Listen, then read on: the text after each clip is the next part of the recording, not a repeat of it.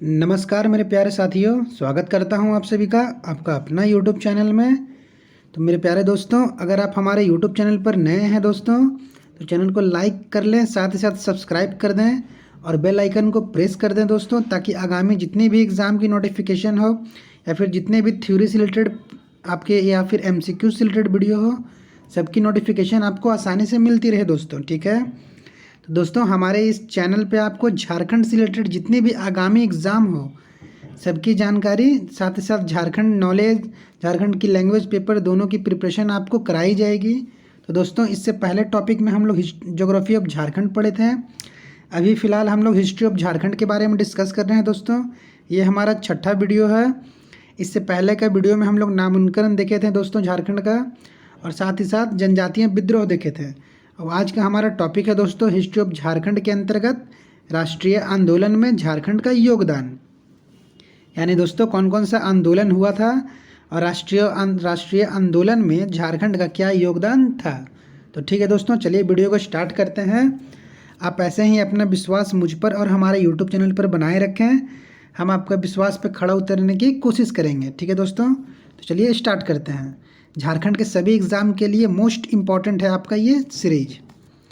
चलिए देखते हैं दोस्तों, पहला क्या है हमारा, राष्ट्रीय आंदोलन में झारखंड का योगदान। 1857 का विद्रोह के बारे में डिस्कस करेंगे हम लोग, गांधी युग के बारे में डिस्कस करेंगे और असहयोग आंदोलन के बारे में डिस्कस करेंगे। ठीक है दोस्तों, तो चलिए थोड़ा इसको स्मॉल कर देते हैं। तो चलिए दोस्तों, पहला हम लोग देखेंगे 1857 का विद्रोह।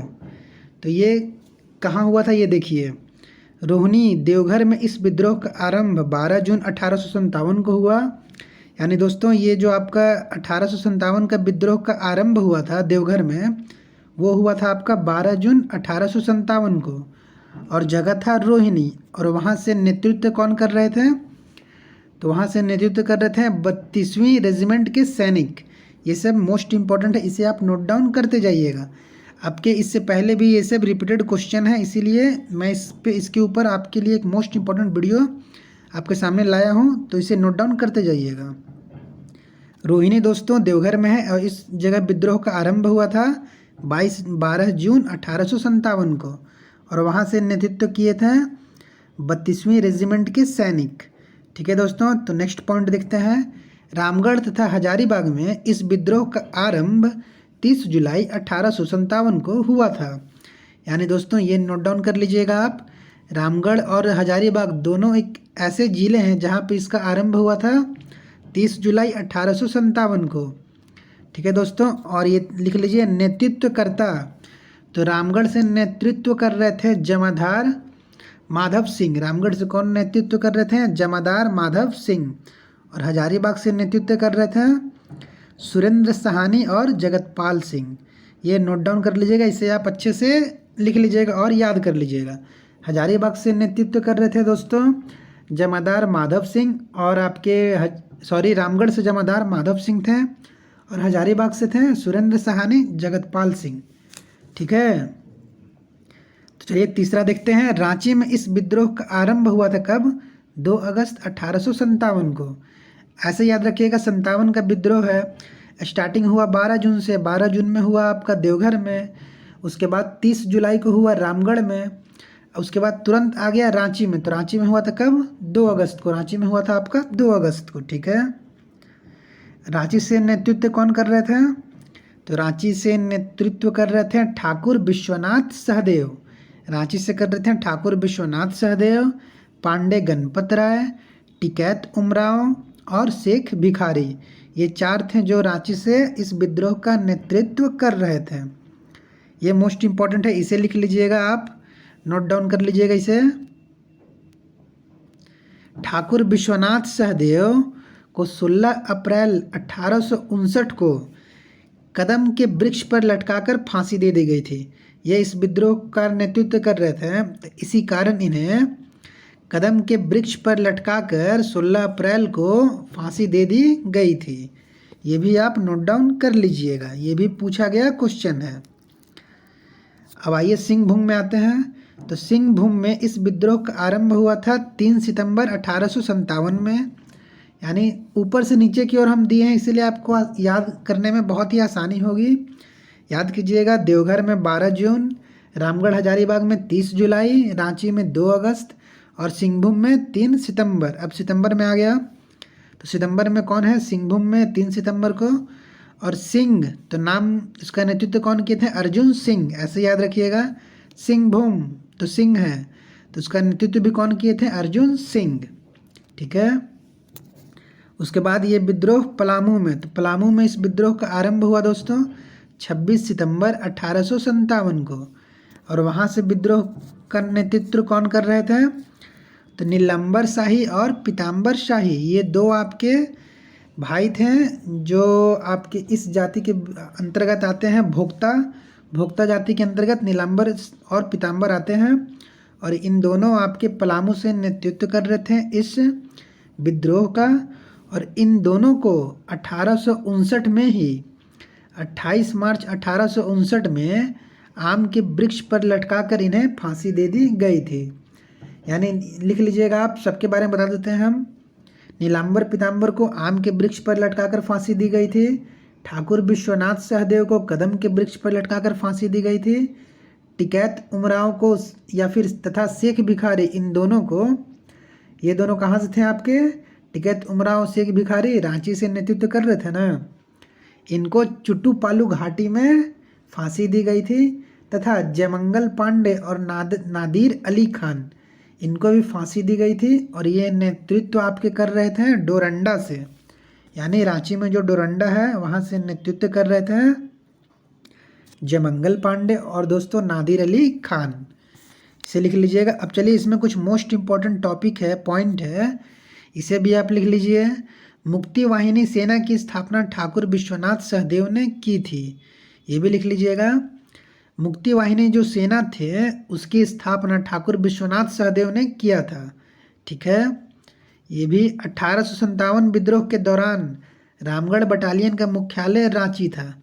ये मोस्ट इम्पॉर्टेंट है दोस्तों, ये आपके पूछे जा चुके हैं कि 1857 विद्रोह के दौरान रामगढ़ बटालियन का मुख्यालय कहाँ था? तो आपका रांची था। ठीक है। चलिए नेक्स्ट पॉइंट देखते हैं। 1857 के दौरान ब्रिटिश फौजी को रोकने के लिए चुटुपालू घाटी मार्ग को शेख भिखारी ने अवरोध कर दिया था, यानी बंद कर दिया था। और इसी घाटी पे इन्हें बाद में फांसी दे दी गई थी। तो ये मोस्ट इम्पॉर्टेंट है, इसे लिख लीजिएगा। शेख भिखारी से रिलेटेड है आपका चुटुपालू घाटी, जो आपका रामगढ़ और रांची मुख्य मार्ग पर है अभी वर्तमान में। अब आइए दोस्तों, दूसरा देखते हैं हम लोग, असहयोग आंदोलन। ये भी मोस्ट इम्पोर्टेंट है। असहयोग आंदोलन झारखंड में हुआ था। इसका आरंभ हुआ था 1920 में।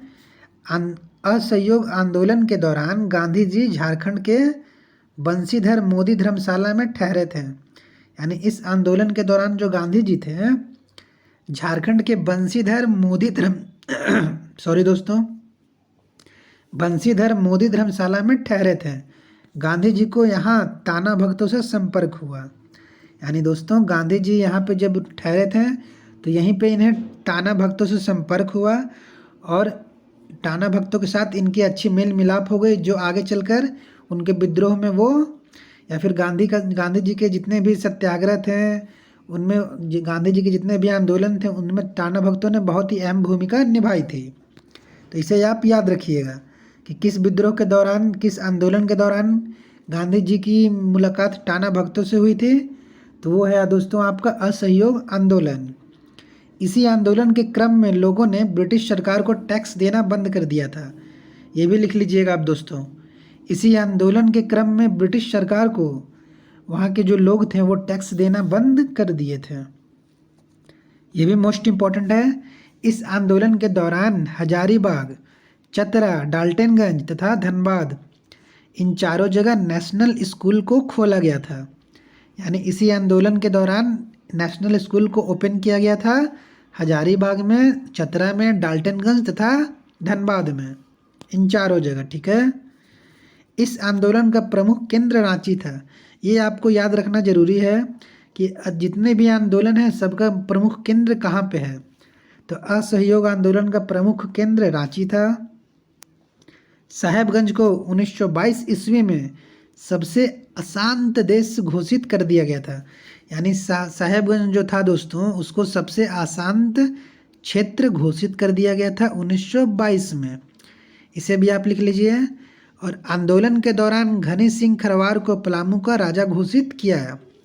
यानी असहयोग आंदोलन के दौरान ही पलामू का राजा घनी सिंह खरवार को बना दिया गया था। ठीक है, ये भी लिख लीजिएगा। अगस्त 1917 में मौलाना अबुल कलाम आज़ाद ने रांची में अंजुमन इस्लामिया और मदरसा इस्लामिया की नींव डाली।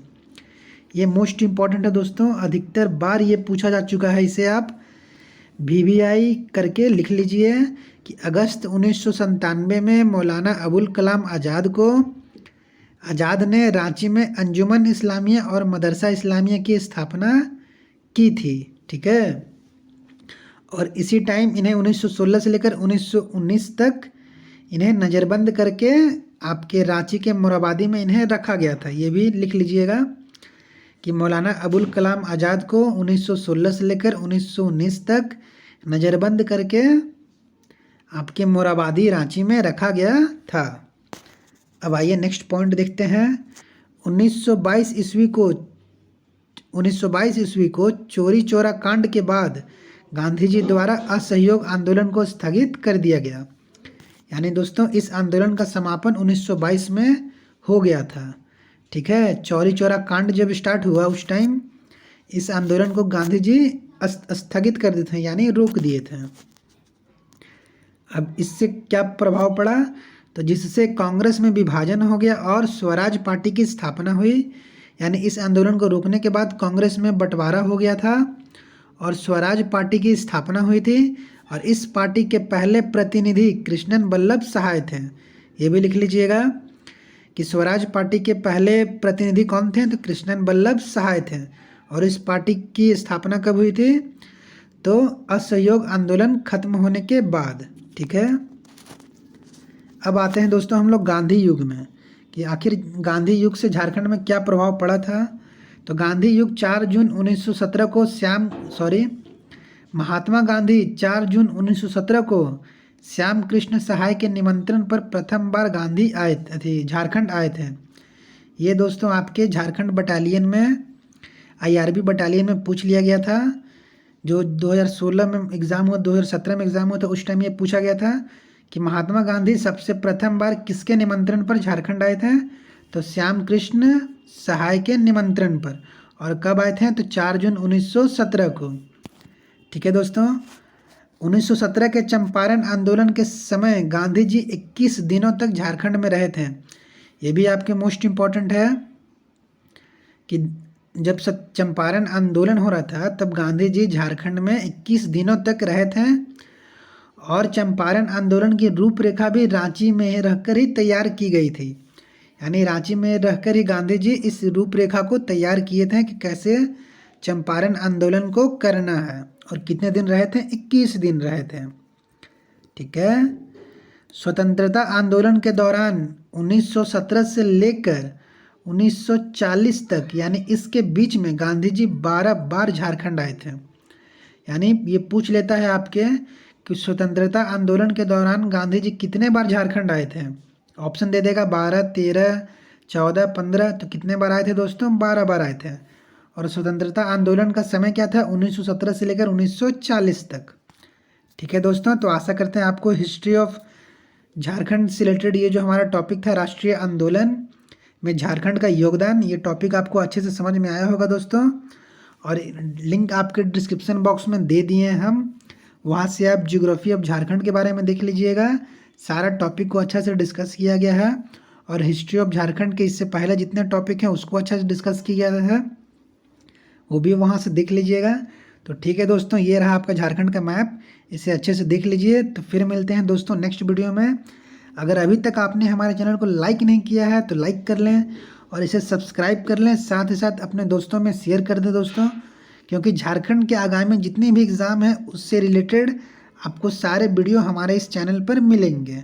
तो ठीक है दोस्तों, फिर मिलते हैं नेक्स्ट वीडियो में, तब तक के लिए जय हिंद।